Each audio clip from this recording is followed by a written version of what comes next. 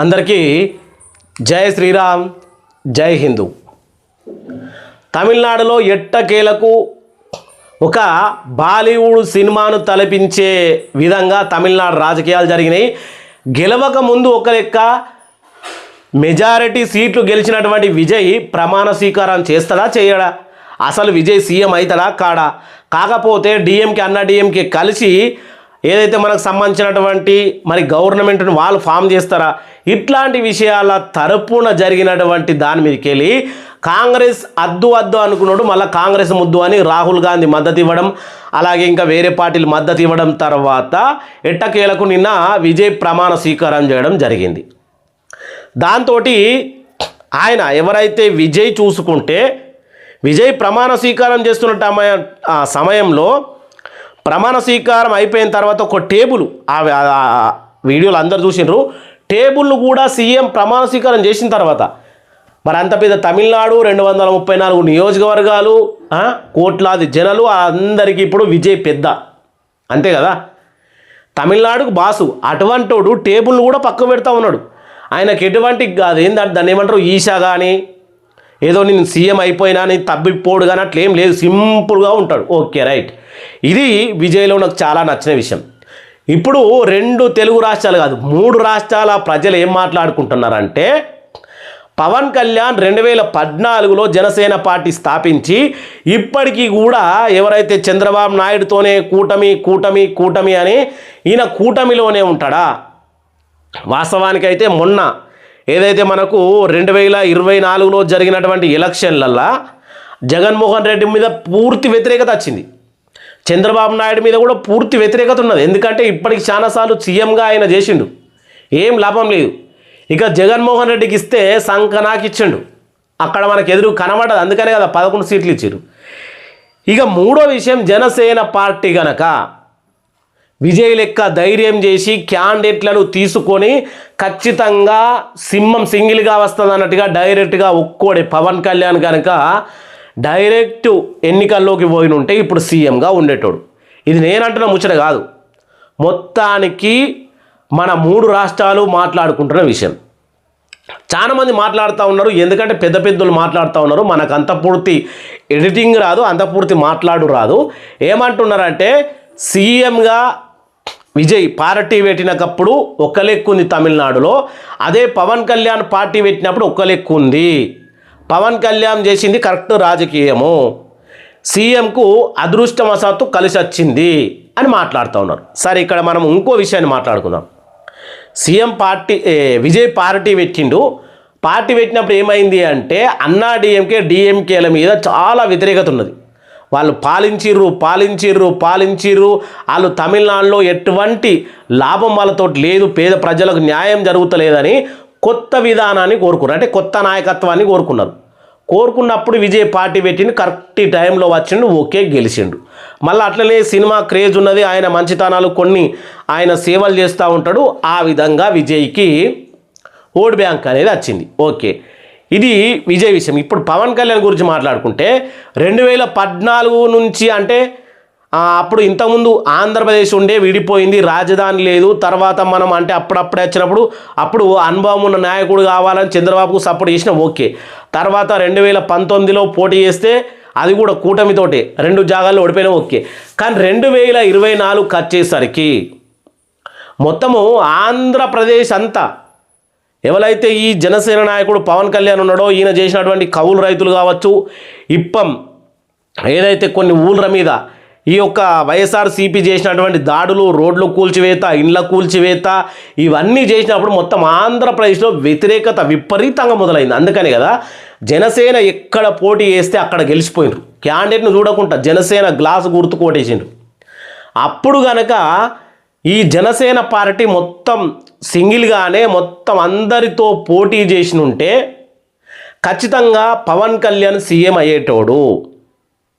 మరి ఏమనుకుంటా ఉన్నారో చూడు. ఇక్కడ తమిళనాడు ఫలితాలు పవన్ ఫీల్ అవుతుండా, ఇది సాక్షి రాసినటువంటి ముచ్చట.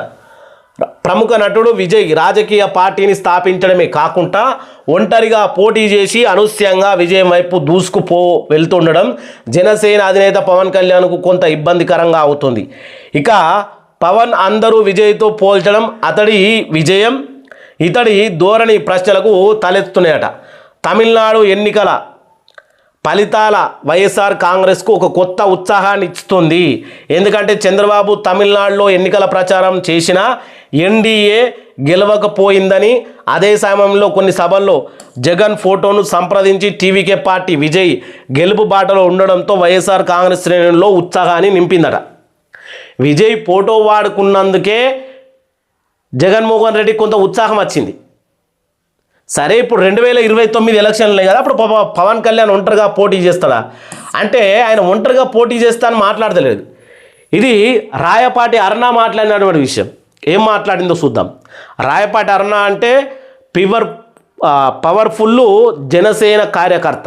చూద్దాం మరి ఆమె ఏం మాట్లాడింది. తాను గెలవడానికి విజయ్ పార్టీ పెట్టారు, రాష్ట్రాన్ని గెలిపించడానికి పవన్ దిగారు. ఇది నిజమేనా? విజయ్ ఆయన గెలిచనికి పార్టీ పెట్టిండట, పవన్ కళ్యాణ్ రాష్ట్రాన్ని గెలిపించడానికి పార్టీ పెట్టిండట. ఇక్కడ ఒక్కటి మాత్రం మనం ఆలోచన చేయాలి. విజయ్ ఇప్పుడు ఏదైనా ప్రజలకు కావాల్సిన నిర్ణయం తీసుకోవాలంటే ఆయన పెన్నుతోటి సైన్ చేస్తే అయిపోతుంది, ఎందుకంటే ఆయనే సీఎం కాబట్టి. మరి ఇక్కడ పవన్ కళ్యాణ్ రాష్ట్రాన్ని గెలిపించాలంటే ఒక్క దగ్గర సొంత అన్నదమ్ములకే విభేదాలు వస్తాయి.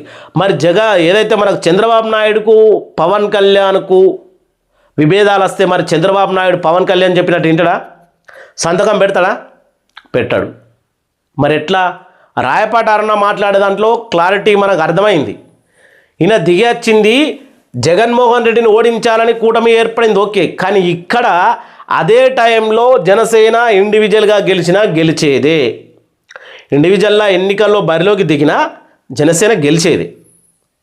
ఎందుకంటే పవన్ కళ్యాణ్కి అంత ఊపు ఉండే 2024లో, ఇప్పుడు కూడా ఊపు వచ్చింది. మరి 2029లో పవన్ కళ్యాణ్ ఒంటరిగా పోటీ చేస్తాడా చేయడా అనేది చూద్దాం. మరి రాయపాటి అరుణ ఏమంటుందంటే, తాను గెలవడానికి విజయ్ గారు పార్టీ పెట్టిండ్రు, అదే లక్ష్యంతో ఎన్నికల్లో నిలబడ్డరు. పవన్ కళ్యాణ్ గారు ప్రజల కోసం నిలబడ్డారు, రాష్ట్రాన్ని అభివృద్ధి గెలిపించడానికి మాత్రమే ఈసారి ఎన్నికల్లో నిలబడ్డారు. దీనికి ఎవరికి ఎలాంటి డౌట్ లేదు. ఆయన వచ్చాక ఈ 2 ఏళ్లలో పరిపాలన చూస్తే అర్థమైపోతుంది. ఇది రాయపాటి అరుణ మాట్లాడినటువంటి విషయం. సరే, పరిపాలన ఇది డైరెక్ట్ పవన్ కళ్యాణ్ చెయ్యలేడా? డైరెక్ట్ పవన్ కళ్యాణ్ సీఎం కుర్చీలో కూర్చొని చెయ్యలేడా? ఇది నేను అడుగుతా ఉన్న విషయం. ఇంకా కొంతమంది అభిమానులు ఏమంటా ఉన్నారో చూడురియో. మీరు ఆంధ్రప్రదేశ్లో మీ సిద్ధాంతం ఏందో చెప్పుండ్రి, మీ ఆలోచనలు చెప్పండి, మీ గమ్యం ఏంటో చెప్పండి. వైఎస్ జగన్ మీద చంద్రబాబు మీద కోపంతోనో పగతోనో ప్రేమతోనో రాజకీయాలు చేయకండి. ప్రజలకు ఏం కావాలో అది చెయ్యుండ్రి. ఇది ఎవరు మాట్లాడుతూ ఉన్నారంటే అభిమాని మాట్లాడుతూ ఉన్నాడు, పవన్ కళ్యాణ్ గారి అభిమాని మాట్లాడుతూ ఉన్నాడు, ఆంధ్రప్రదేశ్కి సంబంధించినటువంటి ఒక వ్యక్తి మాట్లాడుతూ ఉన్నాడు. మన సిద్ధాంతాలు ఏంటి? ఏదో విజయ్ గెలిచాడని ఇట్లా మాట్లాడడం లేదు. మీరు 15 ఏళ్ళు పొత్తు అని ప్రతి సభలో మాట్లాడుతూ ఉంటారు కదా. 15 ఏళ్ళు చంద్రబాబును సీఎం ఉంచనీకి మీకు పార్టీ అవసరం లేదు కదా. రాష్ట్రంలో మెజారిటీ ప్రజల అనుభవము కామెంట్ రూపంలో నేను చెప్తా ఉన్నాను. ఒక మనిషి కామెంట్ రూపంలో మాట్లాడి, వాస్తవానికి పొత్తులో ఉండి రాష్ట్రాన్ని పాలించాలంటే చంద్రబాబు నాయుడు పాలిస్తాడు కదా. మరి జనసేన పార్టీ ఎందుకు? జనసేన పార్టీకి కొన్ని సిద్ధాంతాలు, జనసేన పార్టీ అంటే ఒక విధానము. ఇప్పుడు భారతదేశంలోనే పవర్ఫుల్ పార్టీ అంటే జనసేన కూడా ఒకటి. మరి అట్లాంటప్పుడు జనసేన ఇండివిజువల్గా పోటీ చేయొచ్చు కదా. ఇది ప్రజలు కోరుకుంటా ఉన్నారు. ఈ వీడియో చూసిన ప్రతి ఒక్కరూ మీ అభిప్రాయాన్ని కామెంట్ చేయండి. ఎవరు కరెక్టు, ఎవరు గ్రేటు, ఎవరిది అసలైన రాజకీయం? జై శ్రీరామ్, జై హిందూ, జై హింద్.